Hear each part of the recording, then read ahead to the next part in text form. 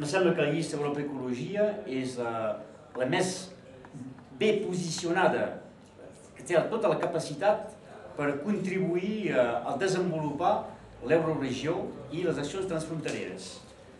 Aquestes eines existeixen, han estat sotsutilitzades en el passat i la presència forta del moviment català dins aquesta llista Europa Ecologia és la garantia de projectes concrets. Actualment podem avaluar més o menys a 200 els llocs de treball que són directament generats a través de la llengua catalana i nosaltres apostem que en 4 anys, al final d'aquesta mandatura, podrem multiplicar per 2 com a mínim els llocs de treball que seran generats pel català. Doncs el català és a la vegada la llengua, la cultura i la identitat, però sent pas aquí nostàlgics, és pas girat cap al futur, sinó que és una eina de futur i de desenvolupament dels territoris.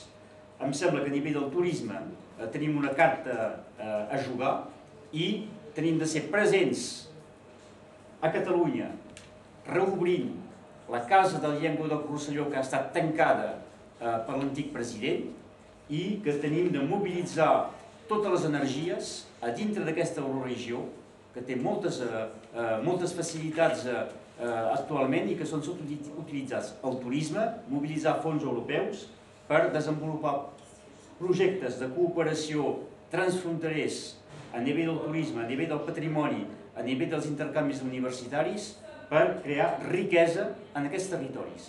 Aquests territoris no són pas en competició, sinó que poden ser complementaris. I el català és una eina, una palanca, com altres, i és plenament pres en consideració al si d'Europa Ecologia. Bé, l'educació és evident, hi ha una demanda forta per un ensenyament bilingüe aquí, que l'Estat té dificultats a assumir, la regió pot incidir, pot organitzar campanyes de sensibilització, d'informació i de suport a les associacions quan l'Estat no fa pas l'esforç allà on caldria i podem incitar, per exemple, a través d'un conveni que tenim ja a nivell de la regió i el Rectorat de Montpeller, podem pesar per efectivament multiplicar aquest ensenyament en català i també a nivell de la formació professional, la formació contínua, no únicament del món de l'ensenyament, sinó també a nivell dels adults, a nivell de les empreses. Per exemple, a les oficines de turisme podem crear partenariats amb la Generalitat de Catalunya, amb els ajuntaments, amb les altres institucions, per posar endavant aquesta formació en català a nivell del gran públic i dels professionals. I això pot tenir repercussions gairebé immediates. Efectivament, ja sé que actualment hi ha un gran perill amb la possible desaparició de la recepció de TV3 i de les cadenes catalanes. Cal saber que ja fa un mes i mig Europa Ecologia ha estat la primera llista, el primer moviment polític a denunciar i a alertar d'aquest perill. Doncs ens comprometem ben segur a interpel·lar totes les institucions concernides, el CSA, la Generalitat de Catalunya, els governs francesos i espanyols per assegurar la perennitat d'aquesta recepció.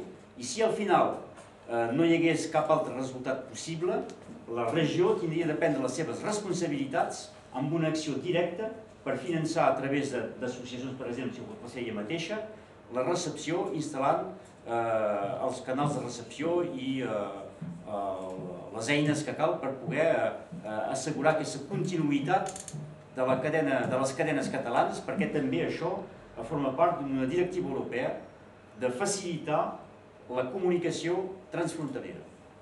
També voldria afegir que la catalanitat presa en consideració per Ecologia ja dona resultats, perquè el moviment català dins la seva pluralitat s'identifica amb aquesta llista. Em vull donar per prova l'afluència de suports d'intel·lectuals del nord i del sud en aquesta llista.